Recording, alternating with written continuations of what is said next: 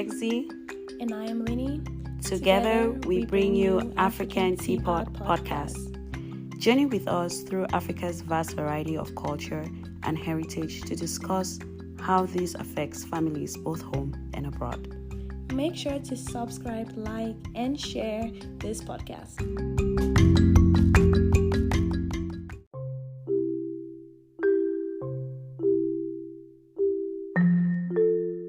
Hello listeners, and welcome to another episode on African Teapot.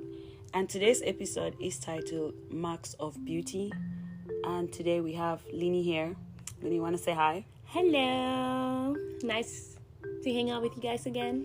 Yes, it's nice to. I hope you guys are doing good and you enjoyed our last mid-year episode. Right? Thanks for the support, the comments. Let's keep the same energy.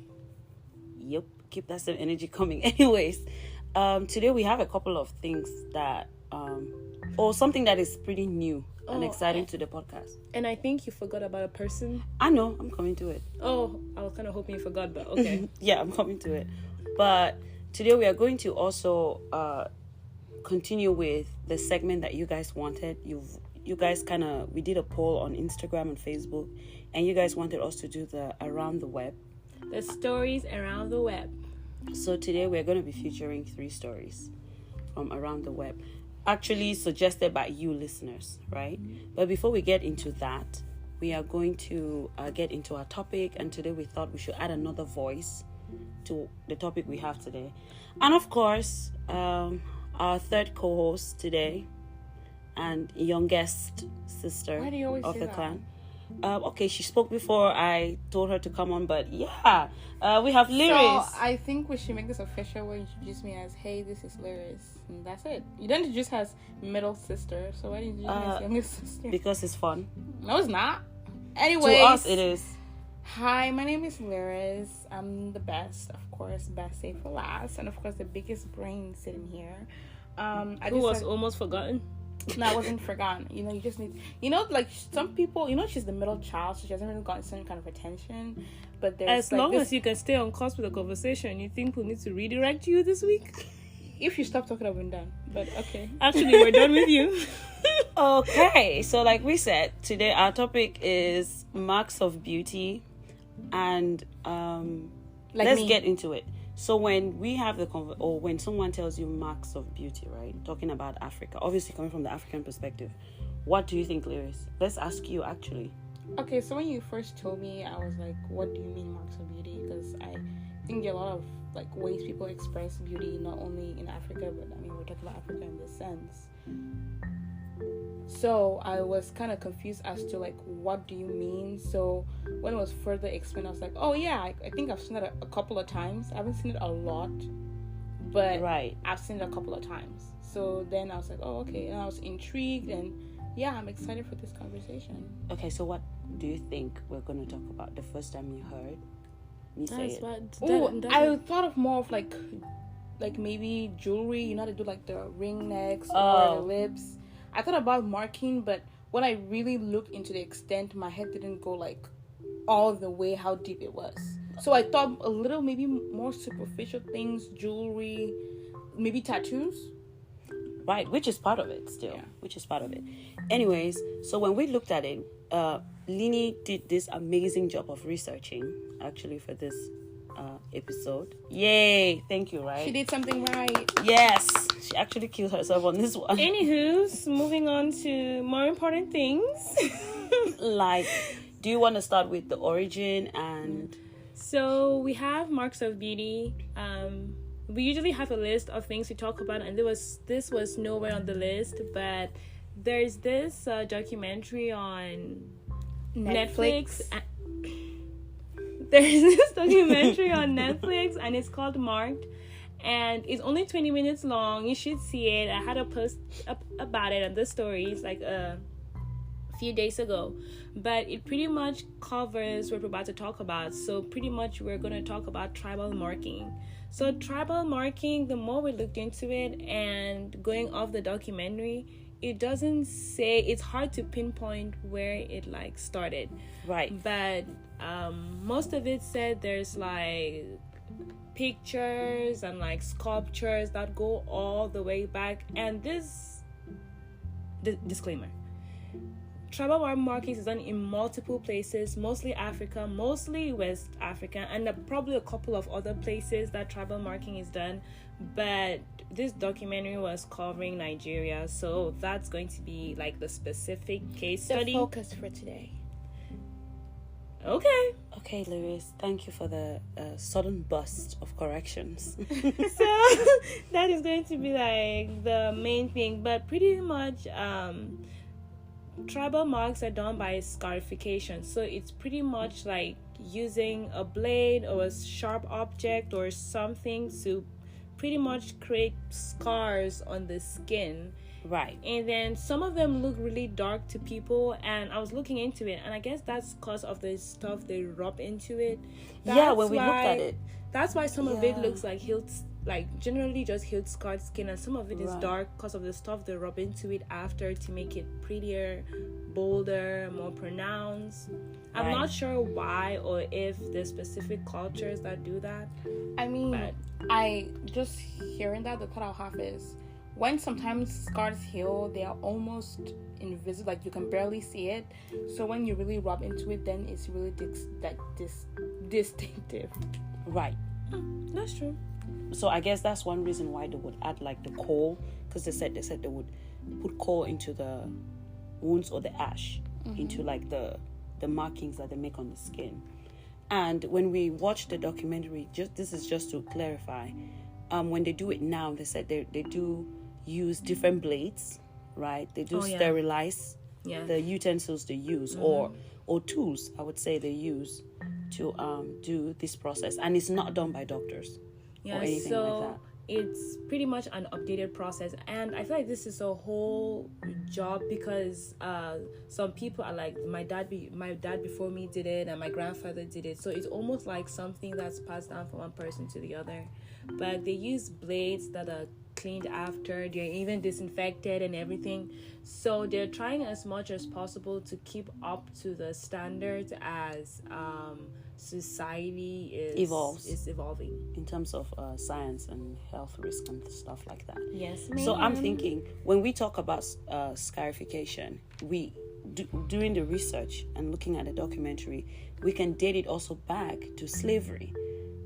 So this was also used to mark slaves during the slave trade, because most people don't know that we had transatlantic slavery too in Africa, right? Yeah. Most people just think it's just slaves going to Europe, but within Africa you did also have slave trade, and scarification was one of the methods that was used, as we all know. Yes, anyways. that was kind of used to brown people. So the reasons why people get this, like Edna said, there's the slavery, and one is weird is they used it for slave marking, and then they also used it for royals, like to mark them. Yeah, that's quite beauty. So I would think it probably looked different. Like maybe this marking, maybe if it's horizontal, it looks like a C, it looks like whatever is royal, and then this one looks like, Yeah, and also doing it is like married women had different markings from non-married women as well. Yeah. Thank you, Lewis. But it was something, or sometimes they would say when to mark a woman when you're transitioning to womanhood or manhood, they would have this cultural exposure where you would have to get marked. Who determines when you transition into womanhood? They did. The society. The episode of this podcast is tribal marking. The society determined when a man was ready to be married and when a woman was ready to be married. They determined that. But let's stay on topic. But we do it today. Like today, we have 18. 18 is the time. I see 18 years old, not ready. And another reason why people did the tribal marking too was for beautification. Okay. Thank you. So for most tribes, especially when we watched the documentary, you could see some of the women said they did it to be outstanding, to stand out to their husbands, to be attractive for their husbands too, to attract, I guess, in a sense, men, like we glue on wigs. Oh wow. Like we true, said, though. Lyris was here for the flair. So, beautification. There's this lady who was pretty much marked from head to toe, and she said that's because she wanted to stand out. When her husband looks at her, there's no one else that looks like her, and she was right. No one else looked like her. She was one of the. You could see it literally everywhere. She said it hurt and everything, but you could definitely see it. Another lady had it marked on her neck because she had a long neck. She wants to make it more pronounced. She wants to make it more obvious. Right. And you even remember the ones where they say whenever they're marking the ladies when you're ready, if you cry, it's almost kind of like you failed. But if you don't and you're strong, guys, the men are giving you money, and whoever gives you the most money I heard that too. means likes you the most. Guess I'll be broke. Yeah. If it was back then. If it was back then, guys. That's true. And I also love the aspect where this guy said he compared it to now when we vaccinate children. He said it was also used for protection in terms of they believe that certain marks were also believed to protect babies, protect children through their childhood, through adolescence and teenage children, all of that. And it's the same thing they said happens now when you go and vaccinate your child. That's what they believe. You would mind, it's just like when Christians, I don't know if you have ever been, I don't know if this is in every place where you go for like deliverance service and they use olive oil to mark a cross on your face. I don't know, I just thought of it in the sense of like that's not permanent, but it's literally the same base concept thinking about it. So yeah, because when you look at it that way, because they were saying a child is born who gets sick a lot, who is epileptic, who has seizures, who has all of these things, and then they're saying that the parents would mark them, and some of them said they actually stopped, the sickness stopped, everything stopped. And they said if your kid falls and they come to find out and you didn't do it, the village blames you because they're like, you left this kid open for all these evil spirits. And I heard like you are fined in some cases if you didn't do it. Because you didn't protect your child. And when we say parents have to mark the kids, it simply means because that one of the guys in the documentary that Dossie said, they need parental approval. Yeah. So I'm just putting it out there. It's not like they get these kids and just mark kids off of the street. This is one thing I really wanted to talk about. I found it really hard to start it because they were marking a baby, and I feel like, okay, the parents got consent, but where is my consent for that baby? I feel like there needs to be a certain age till you, I want it to be my choice if I decide to go through this pain and be beautiful. Because everybody has a choice. I feel like a baby, they're not really getting a choice. What if they grow up and they don't like it? That's true. And it's the same. I agree with you, but to an extent, I'm thinking it's the same thing within our African cultures where female babies get their ears pierced. They don't ask the babies if they want their ears pierced. Thank you for bringing this up again, too. I also feel like there's some things that is just the way it is. It is within a norm in our society for girls to get their ears pierced. And it is a norm for them to get tribal markings. Yeah, but when you get your ears pierced, do you remember getting your ears pierced, lady? Do they remember getting the tribal marks? Yes. No. Some of them don't when you're babies. They don't. Only when you're the older. baby, they don't. Yeah, but you're going to wake up every day, look at your face, knowing someone put a blade through my face. But a little hole in my ear that look, I know it's also a form of beauty. I'm not refusing that. But there's an extent to it. This pain being inflicted is way more than a poke in the ear in 2 seconds. Some babies don't even cry. Can I ask a question? Yes. So if I cut off one finger and I cut off an arm, you can't be mad about one finger because it wasn't an arm. And this is why I say when you go to court and they shoot somebody once, they say, oh, it's just this. When you shoot somebody 15 times, then they'll say, hold on, to a certain extent. Okay, all right. We need to keep in mind when we're having the conversation that it is culture. No, sorry. Yeah, but you cannot dignify. Let me apologize for that instance of saying shooting somebody. I mean, she started with cutting fingers, but anyways. Lini, that's why I started by saying that there are just some things that are norms. And exactly. I get that, but my point is, you are selecting one norm that's acceptable to you and not the other one. The Yoruba people, that's culture. That is culture. They believed you saw these men, this guy had scars from his head to his toe, and he was excited about it. No, you guys are misunderstanding me. I totally agree. You're a kid, you want this thing. I think it's great that they're saying to do it. It's your culture, do it. I'm just in the sense of a baby. I'm not sure about that. Yeah, no, I get you. But again, if they believe that protecting or giving that child that marking is going to protect them against ailments or something, then the parents can't be waiting for the child to grow up before they ask you, hey, do you want to be protected against, say, sickle cell? No, if that's what they believe. I get or that. Epilepsy. And just guys, I'm just trying to come from every perspective, because I know people would come from that perspective. I mean, that is true. Because me just watching comments on YouTube about the documentary, the same questions were brought up, where they're like, okay, I mean, I get the concept, I get everything. To me, it's great, beautiful. I love culture.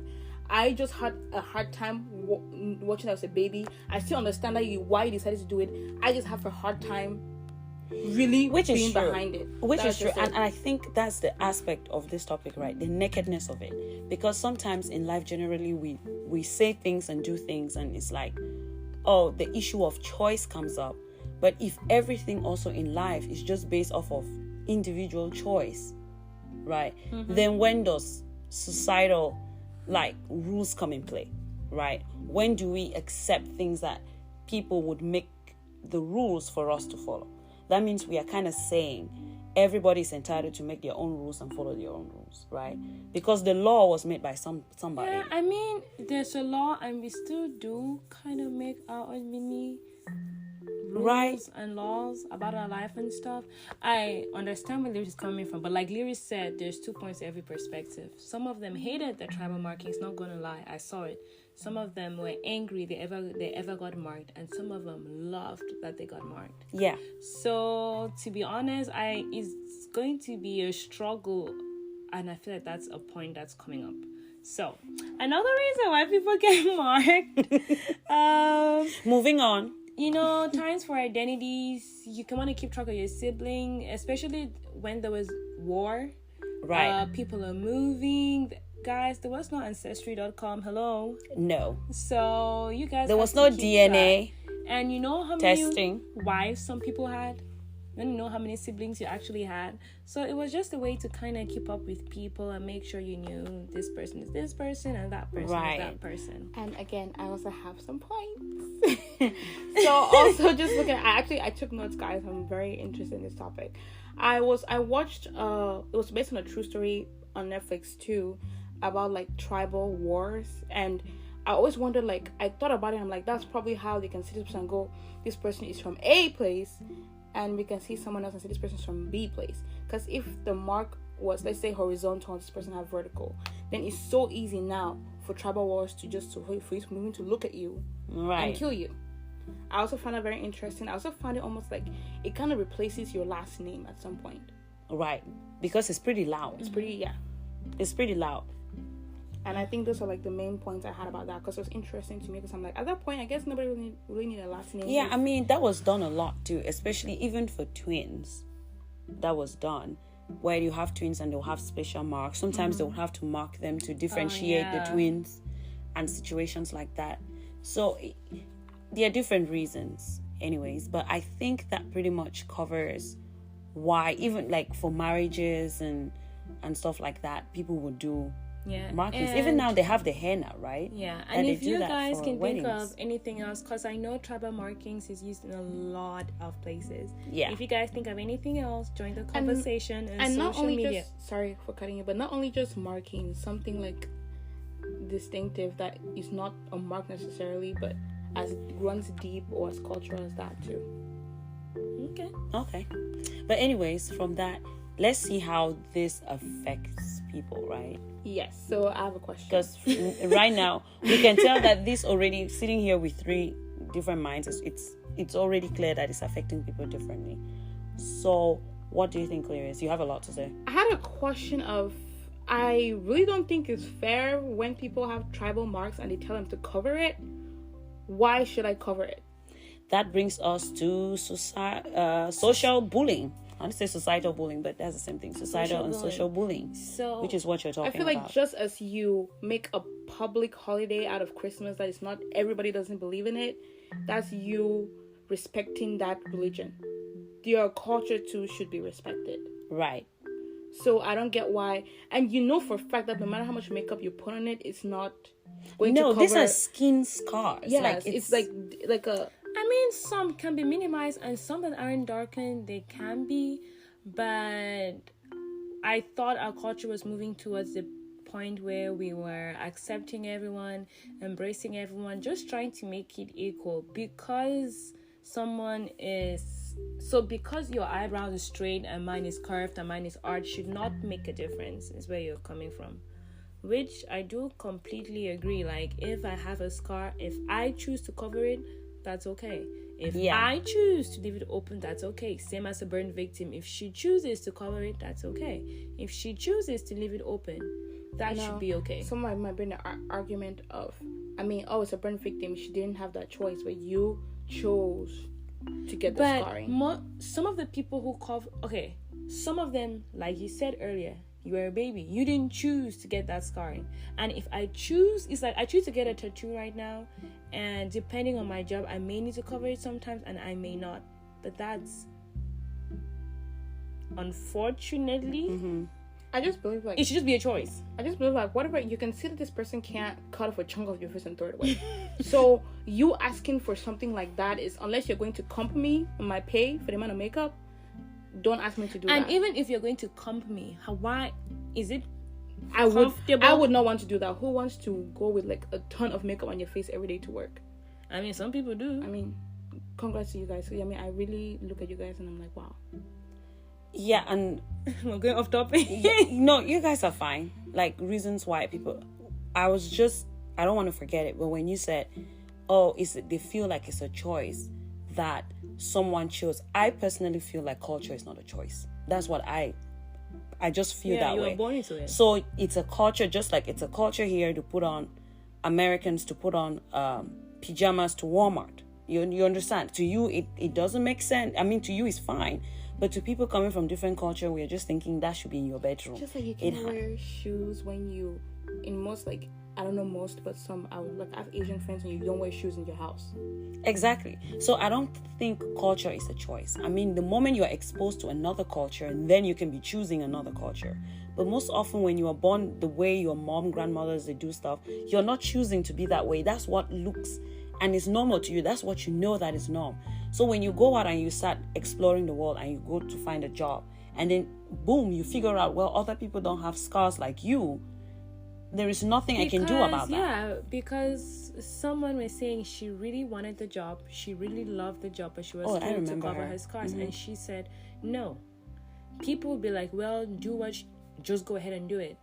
There's no change in society that has ever been made by going along with it. Now, I'm not telling y'all to go around to your workplaces and cause trouble. I'm just saying, sometimes you do need to stand your ground. She did get a job somewhere else. But first of all, I don't know if that's the best fit for someone. Is it if you stand and there's so many things being judged about you? Some things we understand. Like sometimes you can have 50 piercings, and if you're maybe this or that, maybe you need to take it off. I get that. But I just felt bad that someone's chances in society is limited because she's got tribal markings. That's culture. Exactly. And what was baffling to me about it is, I mean, if you go to the Europeans or like here in the US or whatever, where you're not used to it, I can get someone questioning you about it. I feel like, how can in my own country where this is done, it's such a big issue, because you're supposed to feel most comfortable home. And if she was feeling that amount of like resistance, I can only think if she decides to travel somewhere where they don't even know that exists. That's right. And it's pretty much still in the same realm of what you're saying, but they get ridiculed even by their own siblings. Kids are mean. Like, like you go to school and you're saying funny things. Ooh, look at your face. What happened to you? Blah, blah, blah. And then this lady on the documentary was saying how people walk up to her and be like, what happened to your face? Did you get into a fight with an animal? Like, y'all, Oh, God. you would think who does that, but people do. And she was so smart. That was And, she was really she well sounded read. really good, and she says, "Well, I usually tell them I got into a fight with a lion and I survived. Could you? Well, what you gonna say now? Like, you kind of walked into that and you kind of asked for it. So you have all these people bullying. Once you bully someone, you need to understand some people are immune to it, but usually there's self-esteem problems, there's depression, and there's just this stigma you have with you. Yep. That's facts, because when you look at people who go through social bullying, the emotional part of it always comes. And unfortunately, guys, it always stays. The emotional part always sticks with you unless you fix it. And that takes a lot of work, and a lot of work to even identify it's a problem. So when we are picking on people for cultural differences or how they look culturally, we should be mindful of that aspect. Actually. Yeah. And Lewis, why are you looking at me like that? Do I have Nothing. markings? I have a feeling she has what she needs to spit out. No, I think I pretty much hit everything Oh, I okay. wanted to. If I have any more, you always see me like on a rant on the social media. But now to add to that, Lini, in current time, we realize that there is less of this practice within Africa or among, within the continent. I think we actually forgot something. Just in addition, some of the reasons why people really complained about it: wounds, scarring, infections, health reasons, further scarring. It's a painful process, and obviously you need to understand pain medication is not accurate in most of the places where this is being carried out. So I just wanted to add that in there. And then some people, they almost use it as a representation of like, you're an archaic person, you're a pagan, and you're all this. It's literally a symbol that people think that's what it is, but culture is also different from religion. Yeah, religion is just part of culture. So anyways, just wanted to add that in there and go That's ahead. a topic for another day. Religion is part of culture, guys, but that's why when you go to different countries and continents, the way people practice religion there is different, even if it's the same religion, right? The Muslims in Cameroon would be different from the Muslims in Jordan, in some way, shape, or form. It's the same thing with Christians, or you're looking at Judaism or whatever religion you're looking at. There is culture within that religion in itself. So I don't know why when people have markings or they have a particular way in which they wear their clothes or jewelry, it's like, oh, they're pagans. Or Africans are pagans and no Christians. No. Or why does she have that mark on her face? She must have been a witch. I mean, people say the craziest things, and which aligns to what the lady said, like, so because she has the marking means she fought with a lion. It just takes us to go listen to episode number 1 with the ridiculous questions they ask us Africans. I think there's just curiosity and there's just insult. Ask someone like, oh, hey, what I don't do you have meaning? Rude, but is there like a reason why you did that? I might probably depend. To be honest, I would suggest you just use Google. Like, unless this person is your friend. Yeah. Don't ask. If it was a really good day, maybe I'll tell you. If not, hey. Exactly. And you do get worn out with asking the same questions. People need to understand that. I would listen. If you can pick up your phone and you can literally Google why your leg is rotting off, why can't you Google why there's something like?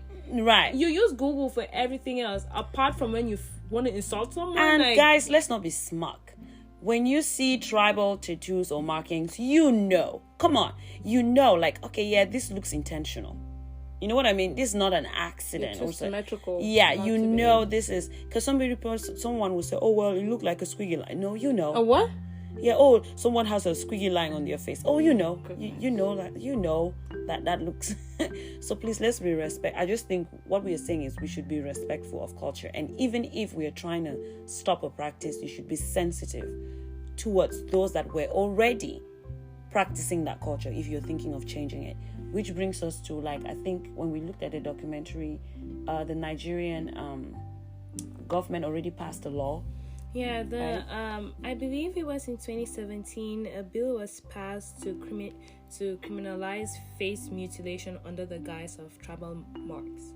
Right. So, I don't know if I need to go into what mutilation is, but some of them do. It's just pretty much saying that And they also give power. Like, if you see a family member who wants to carry out this act, you're free to report that. They also take that. So they're trying to get a lot more people involved in it.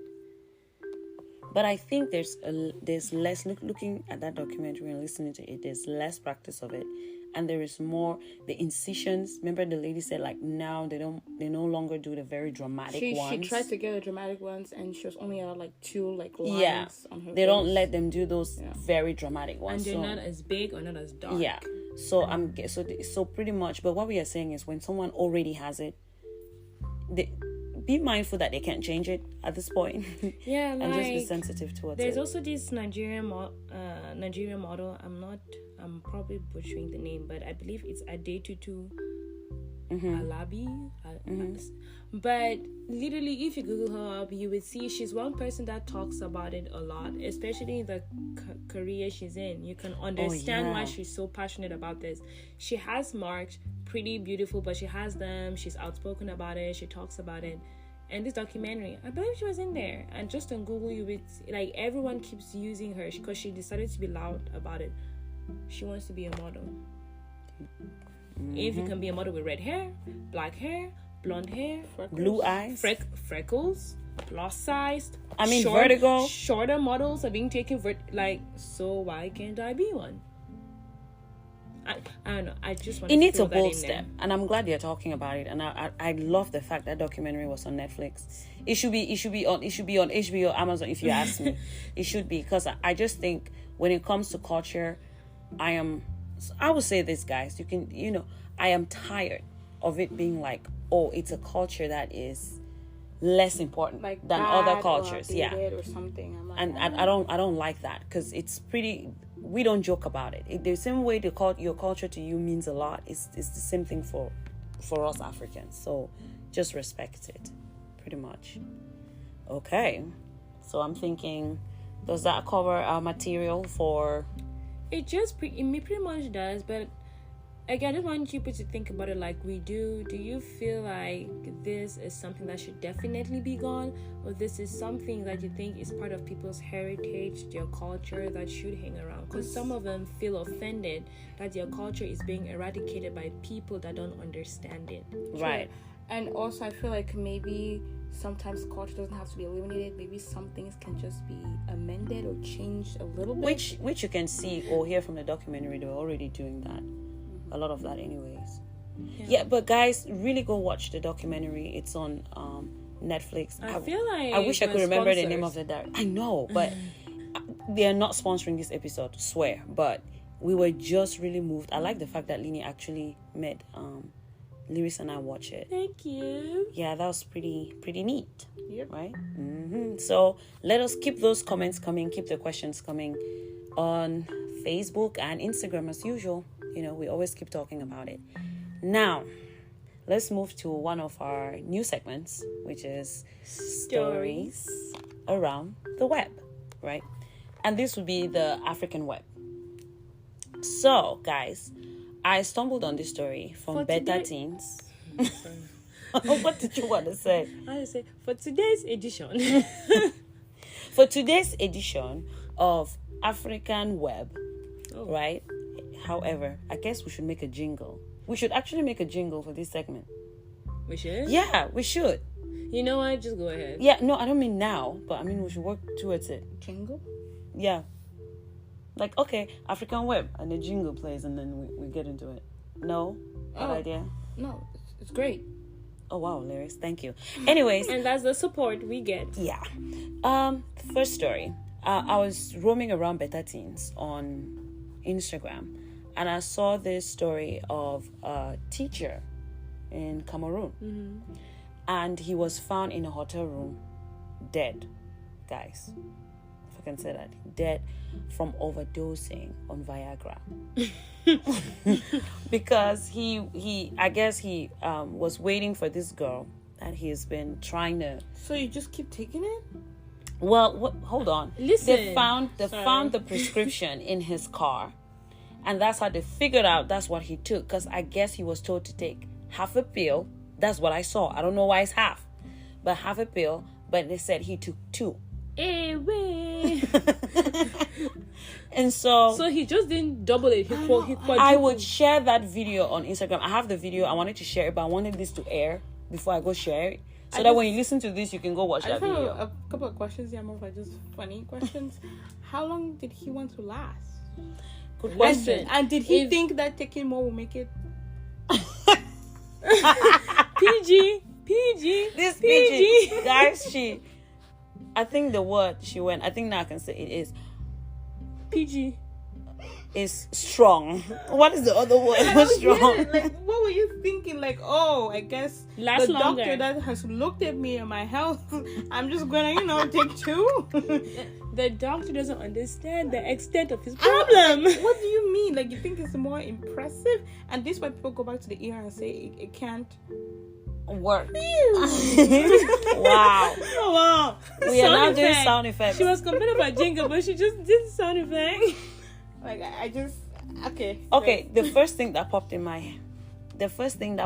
head is, was this actually prescribed? Is this someone who maybe is healthy and when I had to take this, that's why it had the effect? Back home, they some things are just over the counter. Like I didn't even know what over the counter back home was. I mean, going to medication store, what do you need? Can you find it? Antibiotics. Yeah. But Viagra is also something. It's used for erectile dysfunction and it's also used for blood pressure.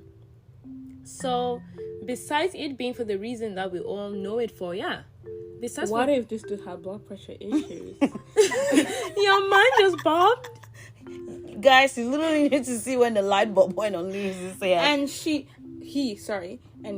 took the medication, his blood pressure medication, and used it. Maybe that's why I even doubled it, thinking, oh, so it's blood pressure. So it might have probably bottomed out his blood pressure. That's what I was thinking too.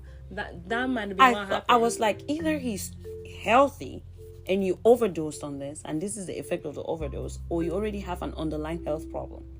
Because people just think, oh, it's for that. It's but for that I'm only. like, And they don't figure out, okay, how does it work? where? Because it So works wait, with the blood so flow, this- right? So this man is actually dead. Oh yeah, dead. He's no longer a teacher. Sorry. May he Why rest you in say peace. Like that? Rest in peace. We are not Rest in negating peace. his death. I don't think that's how. I don't even know how to word this. No, we I don't. I don't make light of the situation or his pain. We're just talking about that part. But come on, if you're selling this medication, I'm very sure this man didn't know it had any other function than erectile dysfunction. Yeah, I doubt he did know. And this brings me to something. Please, Africans, my people, I beg. Read the fine print.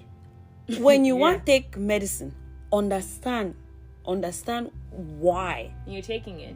and understand how it will work for your body. As they say, how does it work in your body? Because you can't just go popping pills and you're not thinking of the effects. That's why here you would see them, they would say medication and they have this bunch of side effects, and we laugh at it, but it's better to know than to take something and then you have effects that is the worst, death. I mean, rest in The girl peace. probably walked in to see him dead, and that's sad. He died in a hotel in Limbe.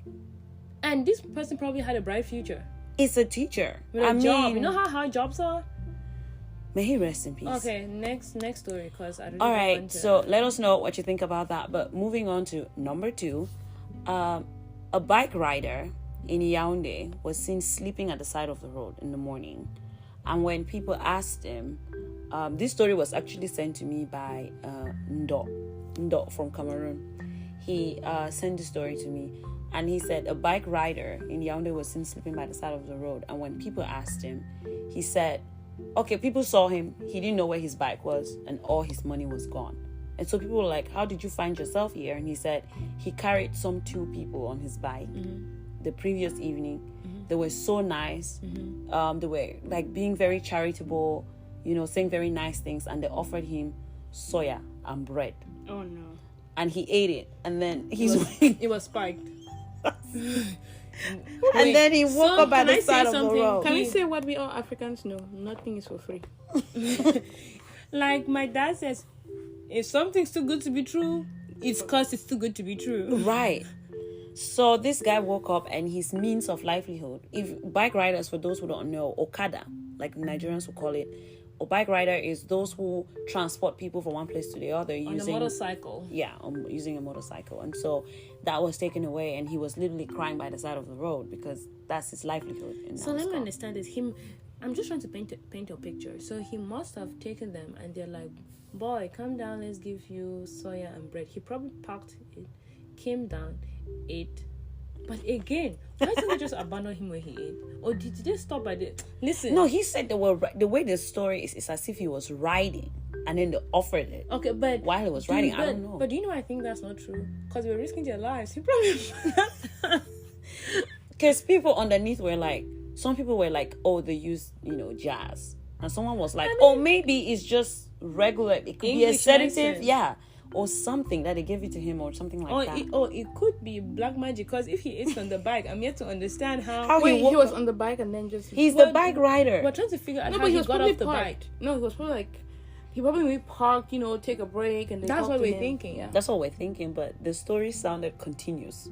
What do you mean continue? Like, almost like he didn't get off the bike. Yeah, almost. Like, how would that happen? How did you talk to him in the back? I don't know. Maybe they gave him the song. I'm pretty sure it's just misread by these people. Okay, I have a question. No, this is the thing. Because he said he carried them and they were riding and they were being nice to him. They were telling him these nice stories of how they're helping people and stuff. That you can't... A bike rider won't park by the side of the road and be chit-chatting. No, maybe he was dropping them off and they're just like, hey, you're really cool. Hey, thank you for dropping and me. He had that quick effect. Bruh, have you seen some drugs out here? Yeah. Well, hello, Lyris. No, I'm just not even in that sense, but like how quick someone can... Even you see here, some roofies are stronger than the other ones. Some girls will take an hour where you can walk out and some people will not notice. True. And some people will literally, they drink it and in like 5 seconds, they will literally start wobbling. True. Anyways, we don't know how this happened, but Oga, sorry for your bike when I saw it. And this goes out as a lesson. You don't just collect things from people and eat, especially in our society. Listen, I hope this was one of the best tasting soya of his life. God. I hope. And bread. Man. What? I wonder if that and you probably like, is that bread for 50? 50, guys, is 50 francs CFA Cameroon. She has the most random tons. That blockhead bread. That kind of bread that when you squeeze in your hand, it turns into a ball of rice. Moving on to okay, the next last story. The last story I have. This story is a church in South Africa, right? Has this practice that they do yearly. That's mid-year. And it expires the next mid-year. But anyways, they do this practice where all the female members of the church, 18 and above, are tested for virginity. And a certificate of virginity is... This is virginity. Y'all went tired of me the last time?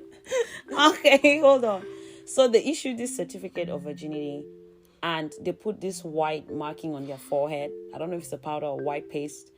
And these girls have this certificate and they literally are so proud of it. I have pictures. I'll show you the pictures. It is. Okay. Let me come from different perspectives. It's a thing to be proud of. If that is what is an accomplishment for you, if it's culture, and you've accomplished it and it's culture for 1 year, you've resisted temptation. That's good. Now, if it's not important to you, you're probably like, hell, why am I gonna go get tested? But hell, girl. Yep. Lyris. Okay, here we go. Before I start, who was doing the testing?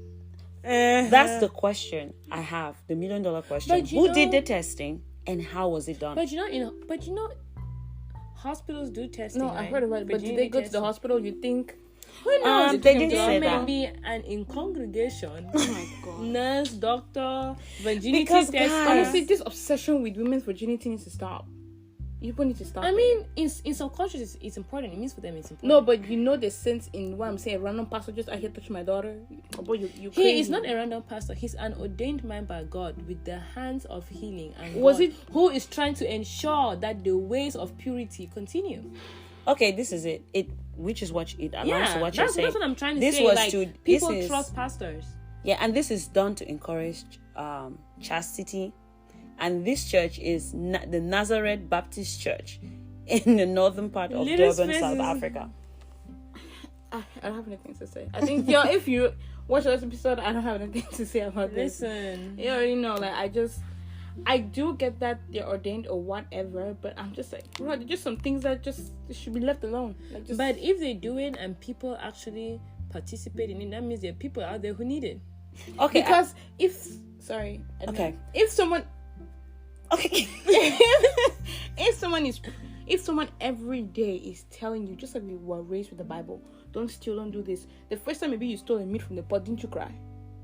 If you're raised to every day before you're born, virginity, you'll be there. Because if I was raised to that, I will be there. Exactly. That is culture. I'm not sure what I want to tell you. They are proud of their certificates. And honestly, no. I wish this was a video. It is a thing to be proud about if that's what you're going for to be. I just don't know why it's necessary that I need if your mind is not powerful enough and you need a piece of paper for something like that. Because a piece of paper means people know you're good, you're okay. Okay, all right. That means people can I know say something? you're a virgin. Can I say something? I have another question too, which is the third question. What happens to those who don't pass this test? Well, you're not a virgin. Wait, and you don't get a certificate. I guess. And I'm like, where do you use this certificate that is issued to you by this? To get married. I would think that's why it's being used. And I would think maybe, you know what, maybe this entire community, maybe there's some things you need to do in the church where you need to produce your virginity certificate. Like what? Communion? Like what? Getting a job? I don't know. Maybe if you want to become the choir mistress. Hey guys, we have an opening here, but one of the criteria I've is... actually heard about that. Like, all the choir girls have virgins. Like, it's an accomplishment. What? Do you know what it is to resist the temptation out here? I know. And that's why I say it's great. You know, but we don't think, because it's great doesn't mean that, okay, this is the first thing. If we're looking at biblical context, right, you are not, it doesn't say Christians who don't practice a certain sin should shame those who practice it. They are not shaming. Or those who do it. Wait, hold on. Yes, you are, because you are silent shaming. Yeah, you are silently segregating those who are practicing, who are practicing premarital sex from those who are practicing. So the moment you do that, you are encouraging division.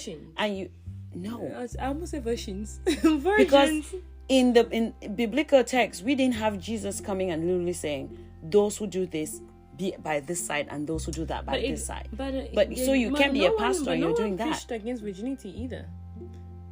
No, we are not saying they should preach I against think my sisters are going to throw me out the window. No, we're covering all angles. I'm not sure if it's covering, like, you know how when you're in school and you're good at math, they give you a certificate so you continue being good at math. It may just be a form of encouragement, maybe not segregation, but encouragement. Yeah, but when you get people to the point that becomes their identity, like the way these girls it becomes someone's identity to go to class every day so you can get a perfect attendance and certificate for it. Know this girl. I actually heard this story or somehow know her where it was from the day she was born, don't have sex. She had sex and she literally felt like she lost a part of herself and wasn't herself. That's what we are saying. That's what I mean. There's an unhealthy way of instilling that in somebody. That is a yearly recognition. We don't think you'll be married and they'll ask you for a people do whatever I want to do. No, because I just think it's important for people to practice abstinence. It's important for people to practice safe sex. It's important for people to do, anything that you're doing, do it safely, do it with caution, especially with all the craziness and diseases out here. We need to. But I think there are better ways of encouraging something rather than taking a part of somebody and trying to make it a whole of that person. I just think that's unhealthy and you're creating more problems that you can't even fix in the coming future. That's just where I am coming from. And I am saying, I don't see them saying those who haven't stolen for the whole year, they're printing out certificates. They're going to come here and tell you have repented. They'll say they repented and that's fine. They will tell you, well, you can go and confess your sins somewhere, but you don't need to say your sins in front of the congregation. But for some reason, we are going to publish results of those who passed a virginity test and those who didn't. And simply because you are a pastor or a priest or apostle or whatever doesn't mean or give you the right to check people's genitals. There's just something creepy about it. It better not be him, because you see me pulling up to that church. I don't care who you are. You're not sticking your hands in someone else's genitals. You are ordained in this being a pastor, not in being a medical professional. No. Or if they're a doctor and okay, All right, I guess Lyris and I are going off. No, y'all are not going off. Don't even start and do that. Your conclusive statement of, I mean, it's this. 'Cause you're about to do that right now. Oh. I feel like I just almost got hit with the mic. Guys, we are not saying, again, we are conclusively saying we are not saying that virginity shouldn't be encouraged or abstinence shouldn't be encouraged. Y'all just have a problem with the certificate brandishing. Yeah, like brandishing it means that those who have failed don't have a second chance. What happens to them? They are broken goods that feel don't like you have a want to second try chance. anymore. Like you don't want to do that. Because if you see, they didn't check. They check from women 18 and above, so they know there are legal lines they have to follow. You see what I'm saying? Why don't you check the virginity of a 13-year-old or 16-year-old? You're checking an 18-year-old. I mean, there's just something in that. Okay, twisted. I think if I'm gonna underestimate, I'll definitely be beating up with the mic. Yeah, I think. I hope we have covered like almost sides just from any conversation we've had today. I'm hoping that us coming from different angles helps, just because we can't get questions like live. Right. So we hope that is covering. So we'll actually put a point and an end to this one, and then we'll see you guys next episode, right? Right? Yeah. Yes. Okay. All right, guys. Thank you guys for listening, and see you guys same time next month. Thanks for hanging out with us. And again, thanks for having me, Lyris. All right. Bye.